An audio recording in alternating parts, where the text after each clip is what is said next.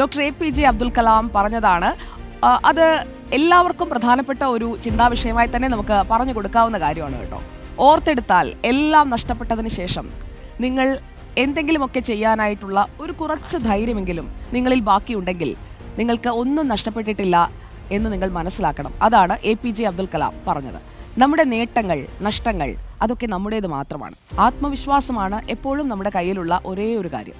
ആത്മവിശ്വാസം എന്ന് പറഞ്ഞു കഴിഞ്ഞാൽ അവരവരിലുള്ള വിശ്വാസമാണ്. ആ വിശ്വാസം നിങ്ങൾക്ക് നഷ്ടപ്പെട്ടിട്ടില്ല എങ്കിൽ നിങ്ങൾ എപ്പോഴും സമ്പന്നരാണ്. ആശയം കൊണ്ട്, വിശ്വാസം കൊണ്ട്, കാഴ്ചപ്പാടുകൾ കൊണ്ട്, സൗഹൃദം കൊണ്ട്, അങ്ങനെ പലതുകൊണ്ടും സമ്പന്നരാണ് നമ്മൾ ഓരോരുത്തരും. ചുറ്റുമുള്ളവർ നമ്മുടെ നഷ്ടങ്ങളെയൊക്കെ വലുതാക്കി പർവ്വതീകരിച്ച് നിങ്ങൾ തീർന്നു എന്ന് പറഞ്ഞിട്ടുണ്ടാകാം. അങ്ങനെയൊക്കെ അവർ തീരുമാനിച്ച്, വിധിച്ച്, കൽപ്പിച്ച് ഒക്കെ വെച്ചിട്ടുമുണ്ടാകാം. പക്ഷേ ആ തകർച്ച ആഘോഷിക്കുന്നവരുടെ മുന്നിലേക്ക് വീണ്ടും ഉയർത്തെഴുന്നേൽക്കുക എന്നതാണ് ഏറ്റവും പ്രധാനം.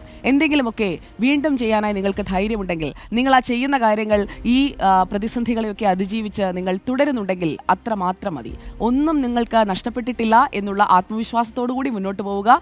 ഏത് പ്രതിസന്ധിയെയും മറികടക്കാൻ കെൽപ്പുള്ളവരാണ് ഓരോരുത്തരുമെന്ന് പരസ്പരം ഓർമ്മിപ്പിച്ചുകൊണ്ടേയിരിക്കുക. അവനവനെ ഓർമ്മിപ്പിക്കുക.